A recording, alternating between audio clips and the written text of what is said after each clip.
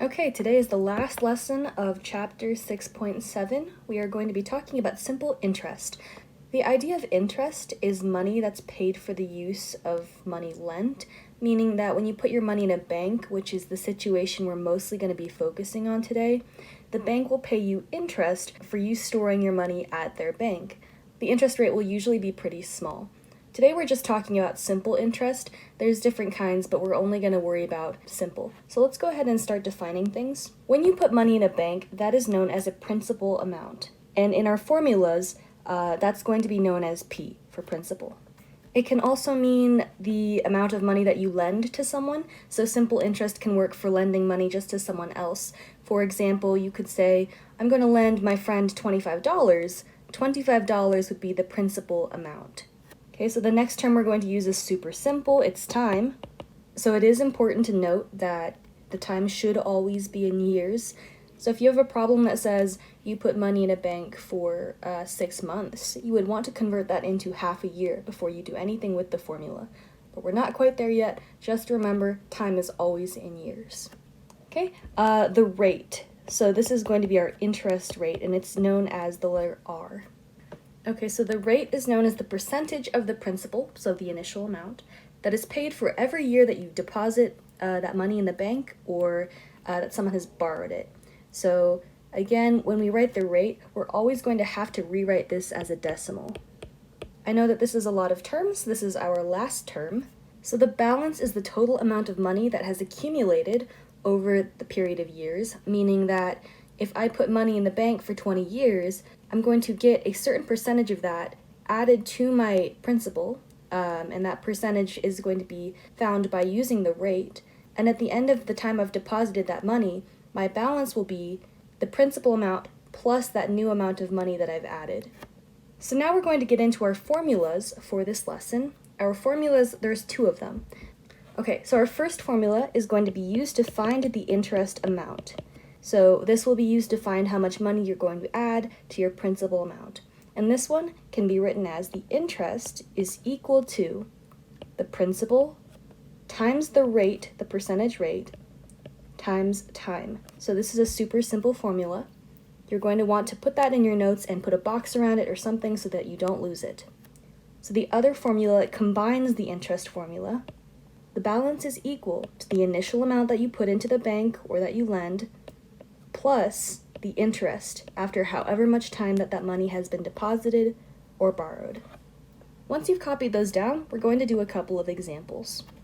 You put $150 in the bank, where the annual percentage rate is 4%.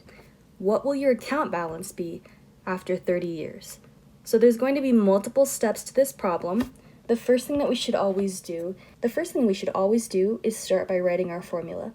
So it's asking us for the balance, but we need to know what the interest will be in order to find that final balance.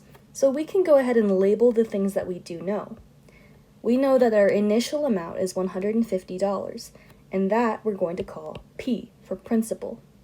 The percentage rate is 4, so that's R, and we also know T is 30 years.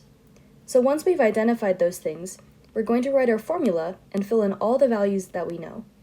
So our formula, interest, is equal to percentage times rate times time. The problems will always give you 3 of these values, and you're going to need to find the 4th by using SADMAP. In this particular problem, it's super easy because P, R, and T are all on the same side of the equation, meaning that you just plug them in and solve for I. Sometimes you'll be given this value, and this value, and you'll need to SADMAP for R. But in this case, it's really easy. We'll do an example of one of those other problems in just a minute.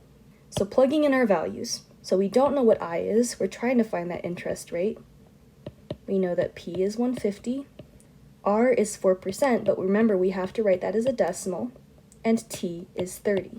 Then, using our handy-dandy calculators, we'll plug those values in, but we make sure to show our work by writing this out, and we will get 180. So that's not our final answer. So if you look back at your notes, you'll notice that there are 2 formulas. We've just found the interest, which is how much money will be added to our initial value in the bank. In order to find the balance after 30 years, though, we have to remember that the balance is equal to the principal plus interest. So in this case, to find our balance, we'll plug in our initial amount and our interest amount that we just found, and our final amount in the bank will be $330. Let's do another example, and this time it won't be quite as nice. Okay, this question is going to be more complicated. You put $80 in a bank, and after 18 years at the same simple interest rate, your balance is $142. What is the percentage rate? Before we start doing anything, what we're going to want to do is just go ahead and label all the things that we know. That way we can figure out which formulas are going to be useful to us. So our initial amount, $80, is going to be P, 18 years will be T, and we don't actually know what R is, and we don't know what I is. The only other thing that we know is balance. So based on our formulas, we'll just go ahead and write out what we have. Interest is equal to P times R times T. Balance is equal to P plus I. If we start plugging in all the values that we know, we're going to discover a problem. So we know our interest, we know that our principal is 80, we don't know our rate, and our time is 18.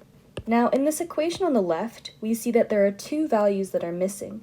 So we can't SADMAP because no matter what we do, we'll still have two missing variables. What we can do though is on the right equation, we do know our balance and we do know our principal. So on this equation on the right, there is only one missing value, meaning that we can SADMAP. So we have 142 is equal to 80 plus I. In order to get I by itself, we can subtract 80 on both sides. And we'll find that I is equal to 142 minus 80, which is 62. See, now that we've found I, we can use that value and plug it in to this formula over here. So these two formulas work together.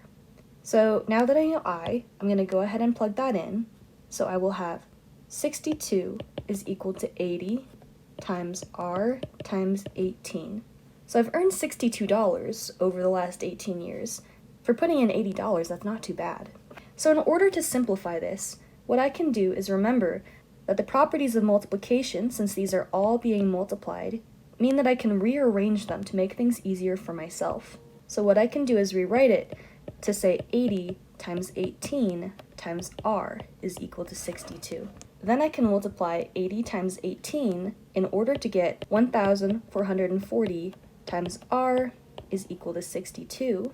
And from there, now I need to get R by itself, and it's being multiplied by 1,440. So I'm going to divide both sides by that number to get R by itself, and I am going to get a decimal. That's a good thing because the rate is a percentage, but it's going to be written as a decimal, so this is good. So I'm going to get R is equal to 0.0431, and I'm rounding here. You're going to actually get a number that has a lot of fives, but I'm just going to go ahead and round. But we're still not done, because we found R as a decimal, but we need to convert that into a percentage for our final answer. So what we can do is take that number over here and move the decimal 2 times to the right, meaning that our annual percentage rate is roughly 4.31%. And then we're done.